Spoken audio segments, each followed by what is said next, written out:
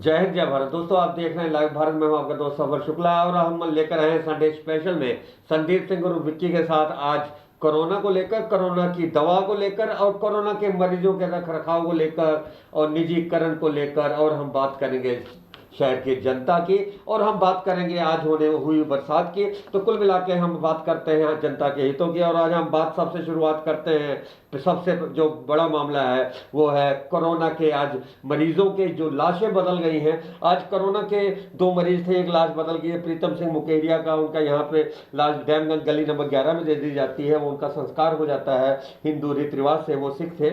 उसके बाद में जब पता चलता है कि मुकेरिया में जब उनके घर लाश पहुँचती है प्रीतम सिंह के घर, तो वहाँ पे पद्मा की पहुँच जाती है। तो वो लोग लाश को देखते हुए वो अंतिम संस्कार नहीं करते। डेड बॉडी आती है और यहाँ दोबारा अंतिम संस्कार किया जाता है। एक ही परिवार 2 बार अंतिम संस्कार करता है, तो कहीं ना कहीं इसमें लापरवाही हुई है। सफर जी बड़ी ਮੰਦਭਾਗੀ ਗੱਲ ਹੈ ਜੀ।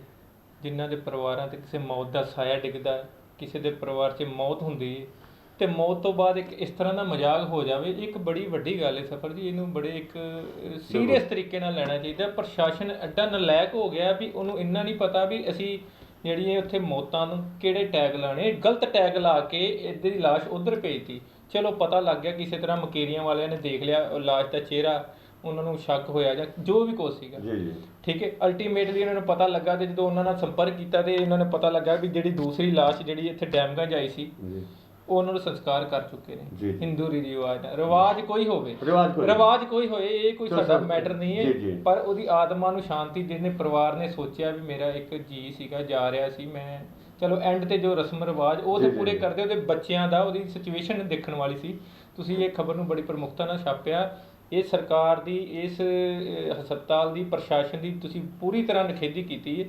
ਮੈਂ ਇਸ ਗੱਲ ਨਾਲ ਸਹਿਮਤ ਹਾਂ, ਪਰ ਅਸਲੀ ਗੱਲ ਹੈ ਵੀ ਇਹਨਾਂ ਦੀ ਇੰਨੀ ਵੱਡੀ ਲਾਪਰਵਾਹੀ ਵੀ ਇਹਨਾਂ ਨੂੰ ਜੇ ਸੋਚੋ ਵੀ ਲਾਸ਼ਾਂ ਬਲਦੇ ਪਿੱਛੇ ਜੇ ਇੱਕ ਨਵੀਂ ਗੱਲ ਉੱਠੀ ਸੀ ਵੀ ਇਹਨਾਂ ਨੇ ਸੈਂਪਲ ਹੀ ਚੇਂਜ ਕਰਤੇ ਸੀਗੇ ਪੇਸ਼ੈਂਟ ਦੇ। ਜਿਹੜੇ ਬੰਦਿਆਂ ਨੇ ਸੈਂਪਲ ਚੇਂਜ ਕਰਤੇ, ਸੈਂਪਲ ਪਏ ਖਰਾਬ ਹੋ ਗਏ ਸੀ ਕਿੰਨੇ ਦਿਨ। ਜਦੋਂ ਖਬਰਾਂ ਲੱਗੀਆਂ ਇਹਨਾਂ ਦੀ ਨਿਖੇਧੀ ਹੋਈ, ਜਦੋਂ ਉਹਨਾਂ ਦੇ ਸਿਰ ਤੇ डंडा मारा जाके पत्रकारों ने, फिर जाके हिलते नहीं। कुल मिला के इसमें हम आपको बता दें कि इसमें 2 लोगों को सस्पेंड किया गया है और ये जो सस्पेंड किया गया है ये कौन से लोग हैं ये भी हम आपको बताएंगे। शायद चतुर्थ कर्मचारी हैं और कुल मिला के ये इस मामले को दबाने की कोशिश की है। फिलहाल हम आपको बता दें कि प्रीतम सिंह की जो लाश है उसका संस्कार तो कल ही हो गया था। आज पद्मा की लाश मुकेरिया से आती है और पद्मा के परिवारजनों उसको आज दोबारा उसको अंतिम संस्कार करते हैं।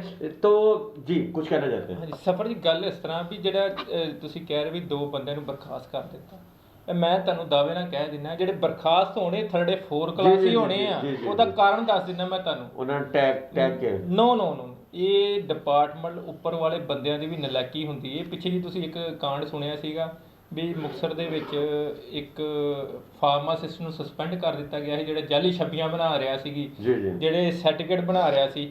ਉਹਦੇ ਵਿੱਚ ਫਾਰਮਾਸਿਸਟ ਨੂੰ ਤੇ ਇਹਨਾਂ ਨੇ ਬਰਖਾਸਤ ਕਰਤਾ। ਤੁਹਾਨੂੰ ਲੱਗਦਾ ਵੀ ਡਾਕਟਰ ਦੀ ਸਹਿਮਤੀ ਤੋਂ ਬਿਨਾਂ ਜਾਂ उस ਵੱਡੇ अफसर की SMO ਦੀ ਜਾਂ इस लेवल के अफसर की सहमति तो बिना काम होते? चलिए संदीप जी, कोरोना से तो ये तो लाश बदल गई और उनका अंतिम संस्कार लेकर 2 सस्पेंड हुए। कोरोना की दवा को लेके बाबा रामदेव ने भी दवा बनाई, अब भी दवा बनाने के ये आ रही है खबरें, हेडलाइन। तो कोरोना की दवा कब तक आएगी और इलाज कैसे हो रहा है जब दवाई नहीं? देखो बाबा जी, ਤੁਸੀਂ सफर जी बाबा जी ਦੇ बड़े तलमिला ਰਹੇ ਨੇ ਵੀ ਦਵਾਈ ਲੈ ਹੀ ਆਵਾਂ। ਬੜੀ ਵੱਡੀ ਪ੍ਰੈਸ ਕਾਨਫਰੰਸ ਕਰਕੇ ਉਹਨਾਂ ਨੇ ਦਵਾਈ ਲੈ ਆਂਦੀ ਸੀਗੀ।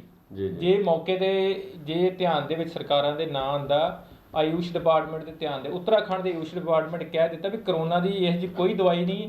ਬਾਬਾ ਰਾਮਦੇਵ ਨੇ ਜਿਹੜੇ ਦਾਅਵੇ ਕੀਤੇ ਵੀ ਅਸੀਂ ਇੱਥੇ ਟ੍ਰਾਇਲ ਕਰ ਲਿਆ, ਉੱਥੇ ਟ੍ਰਾਇਲ ਸਾਰਾ ਦਾ ਸਾਰਾ ਹੀ ਝੂਠ ਦਾ ਪਲੰਦਾ ਨਿਕਲਿਆ। ਠੀਕ ਹੈ, ਮੈਂ ਬਾਬਾ ਜੀ ਬਾਰੇ ਦੱਸ ਰਿਹਾ ਵੀ ਬਾਬਾ ਜੀ ਘੱਟ ਨੇ ਤੇ ਬਿਜ਼ਨਸਮੈਨ ਜ਼ਿਆਦਾ ਨੇ। ਨਾਲ ਦੀ ਨਾਲ ਹੀ ਉਹਨਾਂ ਦਾ ਇੱਕ ਹੋਰ ਮੈਂ ਦੱਸ ਦੇਵਾਂ ਲੇਟੈਸਟ ਕੀ ਸਿਚੁਏਸ਼ਨ ਹੈ। ਜਿਹੜੀ ਦਵਾਈ ਦਾ ਨਾਮ ਉਹਨਾਂ ਨੇ ਰੱਖਿਆ ਸੀ ਉਹ ਵੀ ਇੱਕ ਰਾਜ ਦੀ ਅਦਾਲਤ ਨੇ ਉਹਦਾ ਨਾਂ ਖਾਰਿਜ ਕਰ ਦਿੱਤਾ ਵੀ ਇਹ ਨਾਂ ਤੁਸੀਂ ਨਹੀਂ ਰੱਖ ਸਕਦੇ। ਉਹਦਾ ਵੀ ਇੱਕ ਕਾਰਨ ਕਿ ਫਾਰਮੇਸੀ ਕਾਉਂਸਲ ਦੇ ਐਕਟ ਦੇ ਤਹਿਤ ਉਹ ਨਾਂ ਆਲਰੇਡੀ ਕਿਸੇ ਕੋਲ ਰਜਿਸਟਰਡ ਸੀਗਾ।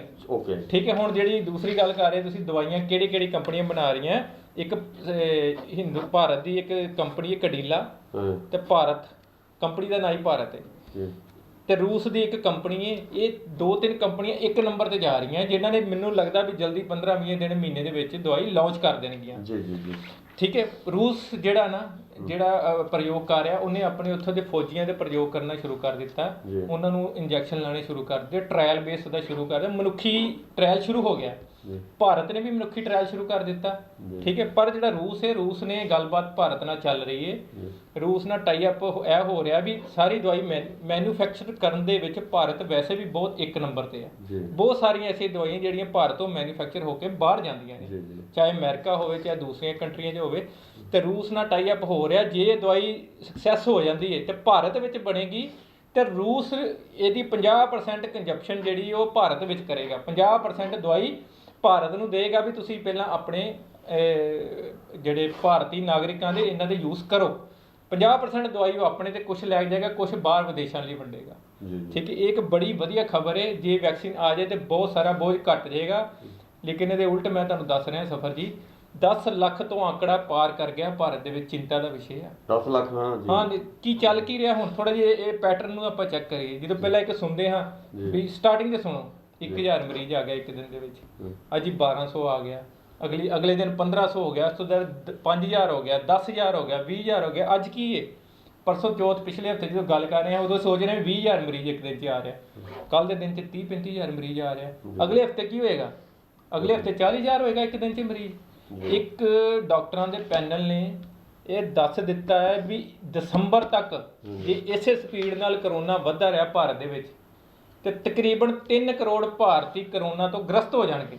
एक बहुत दुखदायी खबर है। आपकी बात बिल्कुल सही है। सबसे बड़ी बात है कि हम आपको बताते हैं, हम अमृतसर की बात करते हैं तो 2011 जनगणना की माने तो 24,90,891 जनगणना तक की थी। 2011 की बात करें और हम अब आते हैं कोरोना टेस्ट के बारे में, तो अभी तक 3,000 से ज्यादा कोरोना टेस्ट नहीं हुए हैं। जो यहाँ पे गिनती है 3,000 लोगों तक अभी हम पहुंचे हैं, और अभी हमारे पास जो आबादी 2011 की है वो 24 लाख है। ऐसे में हर घर में कोरोना के टेस्ट हो या हर घर में दस्तक दे हेल्थ विभाग, ये कहां तक जायज है? और अभी तक आंगनबाड़ियों को लगा दिया गया है, तो वो यही पूछते हैं खांसी आ रही है या जुकाम है, बुखार है, अगले 3 चीजें कोई बताएगा? ਮੈਨੂੰ ਸਫਰ ਜੀ ਬੜੀ ਹੈਰਾਨਗੀ ਹੋ ਰਹੀ ਵੀ ਆਪਾਂ ਇਹ ਕਾਗਜ਼ੀ ਪੱਤਰੀ ਕੰਮ ਕਰਕੇ ਕਿਹਨੂੰ ਵਿਖਾਣਾ ਹੈ ਜੀ। ਅਸੀਂ ਕਿਸੇ ਨੂੰ ਪੁੱਛ ਰਹੇ, ਜੇ ਤੁਹਾਡੇ ਘਰ 'ਚ ਕਿਸੇ ਨੂੰ ਖਾਂਸੀ ਜ਼ੁਕਾਮ ਹੈਗੀ, ਮੈਨੂੰ ਨਹੀਂ ਲੱਗਦਾ ਵੀ ਕੋਈ ਪਰਿਵਾਰ ਤੁਹਾਨੂੰ ਦੱਸੇਗਾ ਵੀ ਸਾਨੂੰ ਖਾਂਸੀ ਜ਼ੁਕਾਮ ਹੈਗੀ। ਜੀ ਜੀ। ਘਰ ਦੇ ਇੱਕ ਮੁਖੀ ਕੋ ਜਾਂਦੇ, ਹਾਂਜੀ ਤੁਹਾਨੂੰ ਖਾਂਸੀ ਜ਼ੁਕਾਮ ਹੈਗਾ, ਤੁਹਾਡੇ ਮੰਮੀ ਪਾਪਾ ਨੂੰ ਖਾਂਸੀ ਜ਼ੁਕਾਮ ਹੈਗਾ, ਤੁਹਾਡੇ ਬੱਚੇ ਨੂੰ, ਉਹ ਕਹਿੰਦਾ ਜੀ ਕਿਸੇ ਨੂੰ ਨਹੀਂ ਹੈਗਾ ਜੀ ਸਾਡੇ। ਜੀ ਜੀ। ਇਹ ਸਰਵੇਖਣ ਹੈ ਸਫਰ ਜੀ। ਮੈਂ ਕਹਿੰਦਾ ਵੀ ਜੇ ਤੁਸੀਂ ਕਰਨ ਹੀ ਲੱਗੇ ਜੇ ਤੇ ਜਿਸ ਇਲਾਕੇ ਤੋਂ ਇੱਕ ਮਰੀਜ਼ ਨਿਕਲਦਾ ਹੈ ਉਹ ਸਾਰੇ ਇਲਾਕੇ ਦੇ ਟੈਸਟ ਕਰ ਦਿਓ, ਸੀਲ ਕਰੋ, ਟੈਸਟ ਕਰੋ। ਤੁਸੀਂ ਮੈਨੂੰ ਹੁਣੇ ਦੱਸ ਰਹੇ ਵੀ 3000 ਟੈਸਟ ਹੋਇਆ, 25 ਲੱਖ ਆਬਾਦੀ ਹੋ ਗਈ ਜੀ ਆਪਣੇ ਅੰਮ੍ਰਿਤਸਰ ਦੀ ਤਕਰੀਬਨ ਅੱਜ ਦੀ ਡੇਟ ਦੇ ਵਿੱਚ। 25 ਲੱਖ ਦੇ ਪਿੱਛੇ 3000 ਮਰੀਜ਼ਾਂ ਦਾ ਟੈਸਟ। ਸਫਰ ਜੀ ਕੀ ਕਰ ਰਹੇ ਨੇ? तो जब ये टेस्ट बढ़ेंगे तो गिनती भी बढ़ेगी यार, जरूर बढ़ेगी यार। देखो 10 लाख इन्होंने बंदे 10 लाख पूरे इंडिया नहीं सॉरी 10 ਲੱਖ ਮਰੀਜ਼ਾਂ ਦਾ ਇਹਨਾਂ ਨੇ ਸਰਵੇਖਣ ਕਰ ਲਿਆ। अच्छा तो सर्वेक्षण जो निकला कि 113 मरीज। ये कहाँ के हैं 10 लाख? अमृतसर की गल दस। अमृतसर 10 लाख किसने किया? 10 लाख सर्वेक्षण कहते आंगनवाड़ी ने कर। आंगनवाड़ी कैसे कर सकती है? 10 लाख लोगों तक कितने दिन में पहुंच गई? 115 आंगनवाड़ी वर्कर दस रहे ने भी साडे 115 आंगनवाड़ी वर्कर 10 लाख। सॉरी 1015 1000 चलो 1000 लगा लें। 1000 लगाते 1000 को 10 लाख के तक पहुंचने में कितना टाइम लगेगा? पहुंच गए और इनको 115 लोग आ भी गए, ये कहां तक जाएगा? मैं तो सफर जी दस रहे हैं। ये आंकड़े कहीं ना कहीं मुझे लग रहे हैं कि ये आंकड़ों में बहुत कुछ घालमेल है। फिलहाल हम आपको बता दें कि हमने बात की कोरोना की, कोरोना के संकट काल की, और हम आपको बात करते हैं और हम आपको बताते हैं, और हम बताते हैं आपको कि अब हम बात करते हैं निजीकरण को लेकर। तो रेलवे के निजीकरण के बारे में कुछ है आपका? रेलवे, एयरपोर्ट, सब कुछ तो प्राइवेट होते जा रहा है। सफर जी जो गल निजीकरण की आती ना, बड़े परिवारों ने जुड़ी गल आ जाती जी। एक समा सी लोग गौरमेंट जॉब वाल जाते सी, गौरमेंट जॉब ਨੂੰ ਚੰਗਾ ਸਮਝਦੇ ਸੀ। ਅੱਜ ਦਾ ਸਮਾਂ ਉਹ ਆ ਗਿਆ ਵੀ ਗੌਰਮੈਂਟ ਜੋਬ ਵਾਲੇ ਤੇ ਤਲਵਾਰ ਲਟਕੀ ਰਹਿੰਦੀ ਹੈ। ਇਹ ਨਿੱਜੀਕਰਨ ਦੀ ਗੱਲ ਦੱਸ ਰਹੇ। ਸਭ ਨਾਲ ਪਹਿਲਾਂ ਆਪਾਂ ਕਰਦੇ ਹਾਂ ਭਾਰਤ ਸਰਕਾਰ ਤੋਂ ਗੱਲ, ਰੇਲਵੇ ਡਿਪਾਰਟਮੈਂਟ। ਜੀ ਜੀ। ਅੰਮ੍ਰਿਤਸਰ, ਨਾਗਪੁਰ, ਗਵਾਲੀਅਰ ਤੇ ਸਬਰਗੰਜ ਸਟੇਸ਼ਨਾਂ ਨੂੰ ਜਿਹੜਾ ਪ੍ਰਾਈਵੇਟ ਹੱਥਾਂ 'ਚ ਦੇਣ ਦੀ ਪੂਰੀ ਤਿਆਰੀ ਹੋ ਚੁੱਕੀ ਹੈ। ਇੱਕ ਕਿਸਮ ਦਾ ਇਹਨਾਂ ਨੂੰ ਪ੍ਰਾਈਵੇਟ ਕਰ ਦਿੱਤਾ, ਸੁੰਦਰੀਕਰਨ ਦੇ ਨਾਮ ਤੇ। ਜੀ ਜੀ ਜੀ। ਠੀਕ ਹੈ, ਇਹ ਗੱਲ ਸਮਝ ਰਹੇ ਜੇ? ਸੁੰਦਰੀਕਰਨ ਦੀ ਸੜਕਾਂ ਬਣਾਈਆਂ, ਟੋਲ ਪਲਾਜ਼ੇ ਲਾਤੇ। ਇਸੇ ਤਰ੍ਹਾਂ ਜਿਨ੍ਹਾਂ ਨੇ ਉੱਥੇ ਕਰੋੜਾਂ ਰੁਪਏ ਲਾ ਕੇ ਉਹਨੂੰ ਸੁੰਦਰੀਕਰਨ ਕਰਨਾ ਹੈ, ਉਹਨਾਂ ਨੇ ਉਹਦੇ ਤੋਂ ਪੂਰਾ ਪੈਸਾ ਵਸੂਲ ਕਰਨਾ। ਦਿਸ ਇਜ਼ ਅ ਪ੍ਰਾਈਵੇਟੇਸ਼ਨ, ਪੈਸਾ ਵਸੂਲ। ਆਪਾਂ ਥੋੜਾ ਜਿਹਾ ਪਿੱਛੇ ਵੀ ਜਾਈਏ, ਆਪਾਂ ਇੱਕ ਰੇਲ ਦੀ ਪ੍ਰਾਈਵੇਟੇਸ਼ਨ ਬਾਰੇ ਵੀ ਗੱਲ ਕੀਤੀ ਸੀ ਵੀ ਕਿੰਨੀ ਇਹਨਾਂ ਨੇ 109 ਟ੍ਰੇਨਾਂ ਜਿਹੜੀਆਂ ਠੇਕੇ ਤੇ ਦੇ ਦਿੱਤੀਆਂ 3000 ਕਰੋੜ 'ਚ ਵਿਕ ਗਈਆਂ। ਉਹਦਾ ਵਿਰੋਧ ਵੀ ਸ਼ੁਰੂ ਹੋ ਗਿਆ, ਰੇਲ ਦੀਆਂ ਕੁਝ ਸੰਸਥਾਵਾਂ ਨੇ ਇਹਦਾ ਵਿਰੋਧ ਵੀ ਸ਼ੁਰੂ ਕਰ ਦਿੱਤਾ, बड़ा हाई लेवल का विरोध हो गया। अब प्राइवेट रेलवे और प्राइवेट हाथों में ये एयरपोर्ट होगा। हाँ, एयरपोर्ट ਜਿਹੜਾ एयरपोर्ट ਦਾ ਤੁਹਾਨੂੰ ਮੈਂ ਥੋੜਾ ਜਿਹਾ ਜਾਣਕਾਰੀ ਦੇ ਦਾਂ। ਮੈਂ ਇੱਕ एयरपोर्ट ਇਹਨਾਂ ਨੇ ਦਿੱਤਾ ਸੀਗਾ ਤੇ ਉਹ ਸਾਰਾ ਲਾਕਡਾਊਨ ਕਰਕੇ ਸਿਸਟਮ ਵਿਗੜ ਗਿਆ। ਸਿਸਟਮ ਮੈਂ ਵਿਗੜ ਗਿਆ ਸੀਗਾ ਵੀ ਉਸ 에ਅਰਪੋਰਟ ਦੇ ਵਿੱਚ ਜਦੋਂ ਆਕਸ਼ਨ ਹੋ ਗਈ, ਸਾਰਾ ਕੁਝ ਬਿਡ ਹੋ ਗਈ, ਇੱਕ ਵੱਡੇ ਘਰਾਣੇ ਨੇ ਉਹਨੂੰ ਖਰੀਦ ਲਿਆ ਤੇ ਜਦੋਂ ਉਹਨੇ ਦੇਖਿਆ ਵੀ ਜਹਾਜ਼ ਤੇ ਉੱਡ ਨਹੀਂ ਰਹੇ, 6 ਮਹੀਨੇ ਦੇ ਟਾਈਮ ਅਜੇ ਉੱਡਣੇ ਨਹੀਂ ਹੈ, ਬਾਹਰ ਅੰਦਰ ਜਾਣਾ ਨਹੀਂ, ਤੇ ਮੈਂ ਹੁਣੇ ਠੇਕਾ ਲੈ ਕੇ ਕੀ ਕਰਾਂਗਾ। ਉਹ ਤੇ ਭਾਜੀ ਆਪਣਾ ਫਾਇਦਾ ਪਹਿਲਾਂ ਸੋਚਣਗੇ, ਸਰਕਾਰ ਦਾ ਫਾਇਦਾ ਨਹੀਂ ਸੋਚਣਗੇ, ਉਹਨਾਂ ਨੇ ਤਾਂ ਆਪਣੀ ਕਮਾਈ ਸੋਚਣੀ ਹੈ। ਸਰਕਾਰ ਇੱਥੇ ਕੀ ਕਰ ਰਹੀ ਹੈ? ਇੰਡੀਅਨ 에ਅਰਲਾਈਨ ਸਭ ਨਾਲ ਵੱਡਾ 에ਅਰਲਾਈਨ ਹੈ। ਮੈਂ ਤੁਹਾਨੂੰ ਦਰਸ਼ਕਾਂ ਨੂੰ ਜਾਣਕਾਰੀ ਦੇ ਦੇਣਾ ਚਾਹੁੰਦਾ ਹਾਂ ਵੀ ਉਹਨਾਂ ਦੇ ਜਿਹੜੇ ਕਰਮਚਾਰੀ, ਉਹਨਾਂ ਨੂੰ 6 ਮਹੀਨੇ ਤੋਂ ਲੈ ਕੇ 5 ਸਾਲਾਂ ਦੀ ਛੁੱਟੀ ਦਾ ਪ੍ਰਬੰਧ ਕਰ ਲਿਆ ਜੀ। ਘਰ ਪੈ ਜਾਓ 5 ਸਾਲਾਂ ਵਾਸਤੇ। ਓਕੇ, ਸਫਰ ਦੀ ਛੋਟੀ ਗੱਲ ਜੀ ਜੀ। 5 ਸਾਲਾਂ ਲਈ ਉਹਨਾਂ ਨੂੰ ਘਰ ਬਾਹ ਦੇਣ ਲੱਗੇ, 6 ਤੋਂ ਲੈ ਕੇ ਅਲੱਗ-ਅਲੱਗ ਤਰ੍ਹਾਂ ਦਾ ਸਟਾਫ। ਮੈਨੂੰ ਲੱਗਦਾ ਜੀ 70% ਸਟਾਫ ਉਹਨਾਂ ਦਾ, 80% ਜਿਹੜਾ ਘਰ ਬਹਿ ਜਾਣਾ। ਮੁੱਕਦੀ ਗੱਲ ਵੀ ਇੰਡੀਅਨ ਜਿਹੜਾ 에ਅਰਲਾਈਨ ਹੈ ਇਹ ਵੀ ਵਿਕਣ ਦੇ ਕੰਢੇ ਤੇ ਆ ਗਈ ਹੈ। ਇਹਨਾਂ ਸਰਕਾਰਾਂ ਦੀ ਗਲਤ ਨੀਤੀਆਂ ਕਰਕੇ ਇਸ ਟਾਈਮ ਉਹਦੇ ਤੇ 3000 ਕਰੋੜ ਤੋਂ ਪਲੱਸ ਦਾ ਕਰਜ਼ਾ ਹੋ ਚੁੱਕਾ ਜੀ ਜੀ। 3000 ਕਰੋੜ ਦਾ ਕਰਜ਼ਾ ਸਫਰ ਜੀ ਛੋਟਾ ਨਹੀਂ ਹੈ। ਥੋੜੀ ਜਿਹੀ ਬੈਕਗ੍ਰਾਉਂਡ ਤੇ ਜਾਓ, ਜਦੋਂ ਇੰਡੀਅਨ 에ਅਰਲਾਈਨ ਚੱਲਦੀ ਸੀ ਮੁਨਾਫੇ 'ਚ ਜਾਂਦੀ ਸੀਗੀ। 117 ਤੇ ਕੁਝ ਕਰੂਜ਼ ਇਹਨਾਂ ਨੇ ਬਾਅਦ ਵਿੱਚ ਖਰੀਦੇ ਵੀ ਸੀਗੇ। ਪਤਾ ਨਹੀਂ ਇਹਨਾਂ ਕੋ ਕੀ मैनेजमेंट हुई है। एक मैं बड़ा हैरान। अच्छा, कुल मिला के मोदी सरकार भी पैसों के पीछे भाग रही है, कैप्टन सरकार भी भाग रही है और बेरोजगारी भी भाग रही है। बेरोजगारी भी बढ़ गई है कोरोना के संकट काल में। सभी लोग, ये जो बिजनेस भी बिल्कुल नाम मात्र का रह गया। तो फिलहाल कैसे बचेंगे, कैसे बचेगा कोरोना से हम और कैसे बचेंगे भुखमरी से लोग? बेरोजगारी की गल करे, 5 करोड़ लोग इस टाइम भारत ਦੇ ਵਿੱਚ ਜਿਹੜੇ ਬੇਰੋਜ਼ਗਾਰ ਹੋ ਗਏ ਨੇ ਸਫਰ ਜੀ। 5 ਕਰੋੜ, ਇਹ ਮੈਂ ਨਹੀਂ ਕਹਿ ਰਿਹਾ, ਇੱਕ ਅੰਕੜੇ ਕਹਿ ਰਹੇ ਨੇ। ਇੱਕ ਅਖਬਾਰ ਦੀ ਮੈਂ ਲੈ ਕੇ ਨਹੀਂ ਆਇਆ, ਮੈਂ ਪੂਰਾ ਸ਼ਾਇਦ ਮੈਂ ਦਿਖਾਉਂਦਾ ਦਰਸ਼ਕਾਂ ਨੂੰ। 5 ਕਰੋੜ ਲੋਕ ਇਸ ਟਾਈਮ ਕਰੋਨਾ ਕਾਲ ਦੇ ਵਿੱਚ ਜਿਹੜੇ ਉਹ ਬੇਰੋਜ਼ਗਾਰ ਹੋ ਚੁੱਕੇ ਨੇ। ਤੇ ਪੰਜਾਬ ਸਰਕਾਰ ਵੀ ਘੱਟ ਨਹੀਂ। ਬਠਿੰਡਾ ਥਰਮਲ ਪਲਾਂਟ ਦਾ ਆਪਾਂ ਜ਼ਿਕਰ ਕੀਤਾ ਸੀਗਾ ਜੀ ਜੀ। ਹੁਣ ਉਹਦੇ ਢਵਾਉਣ ਦਾ 127 ਕਰੋੜ ਰੁਪਏ ਦਾ ਠੇਕਾ ਦੇ ਦਿੱਤਾ ਗਿਆ। मतलब गिराने का? ਹਾਂਜੀ ਹਾਂਜੀ, ਨੂੰ ਢਾਉਣ ਦਾ ਠੇਕਾ 127 ਕਰੋੜ ਦਾ ਦੇ ਦਿੱਤਾ ਗਿਆ। 127 करोड़ रुपए में गिरेगा? ਗਿਰੇਗਾ ਜੀ, ਗਿਰੇਗਾ। ਸਭ ਨਾਲ ਵੱਡੀ ਗੱਲ ਉਹਦੇ ਵਿੱਚ ਕੀ ਹੈ ਵੀ ਮਨਪ੍ਰੀਤ ਬਾਦਲ, ਉਹ ਮਨਪ੍ਰੀਤ ਬਾਦਲ ਦੇ ਹਲਕੇ ਦਾ ਜੀ ਸਾਰਾ ਬਠਿੰਡਾ ਥਰਮਲ ਪਲਾਂਟ, ਤੇ ਬੀਬੀ ਹਰਸਿਮਰਤ ਕੌਰ ਜੀ ਉੱਥੇ। तो ये दो मंत्री, एक कैबिनेट मंत्री और एक वित्त मंत्री, और फिलहाल ये गिराने का आदेश क्यों? ਇਹਨਾਂ ਦੇ ਮੈਨੀਫੈਸਟੋ ਪੜ੍ਹ ਲਓ ਕਾਂਗਰਸ ਸਰਕਾਰ ਦਾ। ਬਠਿੰਡਾ ਥਰਮਲ ਪਲਾਂਟ ਨੂੰ ਚਾਲੂ ਕਰਨ ਦੀਆਂ ਗੱਲਾਂ ਕੀਤੀਆਂ ਨੇ, ਜਿਨ੍ਹਾਂ ਤੇ ਵੋਟਾਂ ਲੈ ਕੇ ਅੱਜ ਇਹ ਸਰਕਾਰ ਬਣੀ ਏ। ਉਹਨੂੰ ਥਰਮਲ ਪਲਾਂਟ ਦੀ ਉੱਤੇ ਇੱਕ ਆਤਮ ਹੱਤਿਆ ਕਰ ਗਿਆ ਬੰਦਾ ਥੋੜੇ ਦਿਨ ਪਹਿਲਾਂ। ਉਹ ਆਤਮ ਹੱਤਿਆ ਬਜ਼ੁਰਗ ਦੀ ਫੋਟੋ ਵੇਖ ਕੇ ਦਿਲ ਦਹਿਲ ਲੈਂਦਾ ਸਫਰ ਜੀ।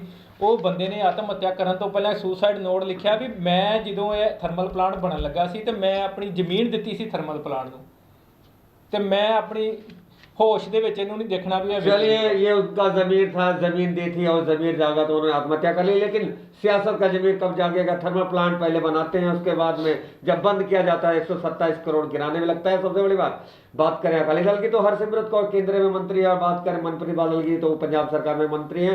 कुल मिला के 2 मंत्रियों का जो शहर और बठिंडा और थर्मल प्लांट किस तरह गिराया जाना है, ये आने वाला वक्त ही बताएगा। और सबसे बड़ी बात सर, जलंधर में राशन जो गरीबों का मिलने वाला था, उसको एक एमएलए, कांग्रेस एमएलए हैं, उनके वहाँ पर गोदाम में मिला है। और जो कैबिनेट मिनिस्टर रहे हैं एक्स मनोरंजन काले, उन्होंने लाइव भारत पे ये बात की है।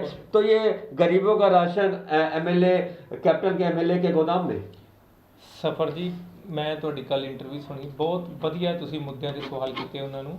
ਇਹ ਰਾਸ਼ਨ ਜਿਹੜਾ ਨਾ ਇੰਨੀ ਦੁਰਵਰਤੋਂ ਹੋਈ ਹੈ, ਕਾਂਗਰਸੀਆਂ ਨੇ ਉਸ ਹੱਦ ਤੱਕ ਡਿੱਗ ਕੇ ਲੋਕਾਂ ਨੂੰ ਪ੍ਰੈਸ਼ਰਾਈਜ਼ ਕੀਤਾ ਹੈ ਵੀ ਤੂੰ ਪਹਿਲਾਂ ਆਪਣਾ ਆਧਾਰ ਕਾਰਡ ਵਿਖਾ, ਤੂੰ ਸਾਡਾ ਵੋਟਰ ਨਹੀਂ ਹੈ, ਤੈਨੂੰ ਇਹ ਕਣਕ ਨਹੀਂ ਮਿਲਣੀ। ਪਹਿਲੀ ਗੱਲ ਤੇ ਆ ਹੈ ਵੀ ਇੱਥੋਂ ਤੱਕ ਲੋਕਾਂ ਨੂੰ ਡਿੱਗਿਆ ਗਿਆ ਵੀ ਤੂੰ ਸਾਡਾ ਵੋਟਰ ਨਹੀਂ ਹੈ, ਤੈਨੂੰ ਇਹ ਕਣਕ ਨਹੀਂ ਦੇਣੀ, ਤੂੰ ਸਾਨੂੰ ਵੋਟ ਨਹੀਂ ਪਾਈ, ਜਿਹਨੂੰ ਤੂੰ ਵੋਟ ਪਾਈ ਉਹਦੇ ਕੋਲ ਲੈ। ਦੂਸਰੀ ਗੱਲ ਵੀ ਰਾਸ਼ਨ ਮੈਂ ਤੁਹਾਨੂੰ ਦਾਅਵੇ ਨਾਲ ਕਹਿ ਸਕਦਾ ਵੀ ਅੰਮ੍ਰਿਤਸਰ ਦੇ ਵਿੱਚ ਇਹੋ ਜਿਹੇ ਗੋਦਾਮ ਨੇ ਜਿਨ੍ਹਾਂ ਦੇ ਵਿੱਚ ਕਣਕ ਹਜੇ ਵੀ ਲੱਦੀ ਪਈ ਹੈ।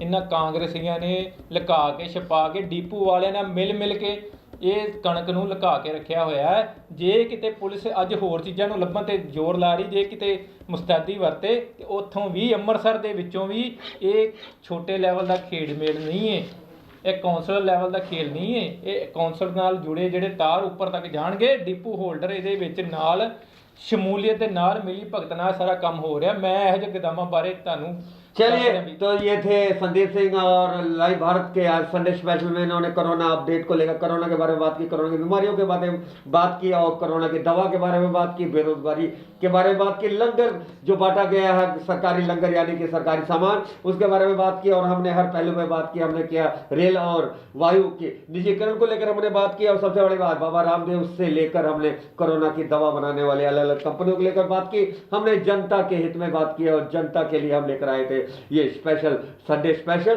तो आपका बहुत बहुत धन्यवाद संदीप सिंह जी, आप हमारे स्टूडियो में आए। फिर हम मिलेंगे अगले संडे को अलग अलग मुद्दों के साथ। आप देखते रहें लाइव भारत। जय हिंद, जय भारत। ਧੰਨਵਾਦ।